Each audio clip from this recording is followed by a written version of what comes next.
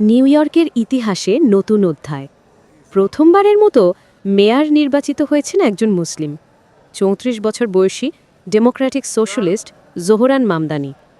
NBC নিউজের পূর্বাভাস অনুযায়ী প্রগতিশীল ভোটারদের উজ্জীবিত করে এবং দেশজুড়ে আলোড়ন সৃষ্টি করে মামদানি অর্জন করেছেন এই ঐতিহাসিক জয়। তিনি সহজ ব্যবধানে পরাজিত করেছেন সাবেক গভর্নর অ্যান্ড্রু কুওমো ও রিপাবলিকান প্রার্থী কার্টিস স্লিওয়াকে।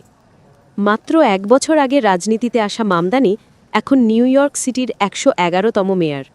অখ্যাত এক স্টেট অ্যাসেম্বলিম্যান থেকে আমেরিকার সবচেয়ে বড় শহরের নেতৃত্বে তার এই উত্থান এখন সারা আমেরিকার আলোচনার কেন্দ্রবিন্দু।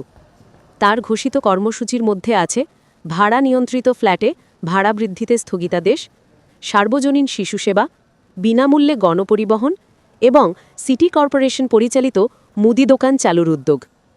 নির্বাচনের আগের রাতে এক সমাবেশে মামদানি বলেন, যখন আমি প্রচারণা শুরু করি তখন সেখানে কোনো ক্যামেরা ছিল না। ফেব্রুয়ারিতেও আমাদের সমর্থন ছিল মাত্র ১%, কিন্তু আজ আমরা ইতিহাস গড়েছি। এই জয় যেমন উচ্ছ্বাস ছড়িয়ে পড়েছে প্রগতিশীল মহলে, তেমনি ক্ষোভ দেখা দিয়েছে ট্রাম্প সহ রিপাবলিকান ও মধ্যপন্থী ডেমোক্র্যাটদের মধ্যে। এনবিসি নিউজের এক্সিট পোল বলছে, মামদানি পেয়েছেন নিউ ইয়র্কের প্রায় সব জাতিগত গোষ্ঠীর ভোট। বিশেষ করে তরুণ ভোটারদের মধ্যে তার জনপ্রিয়তা ছিল বিপুল।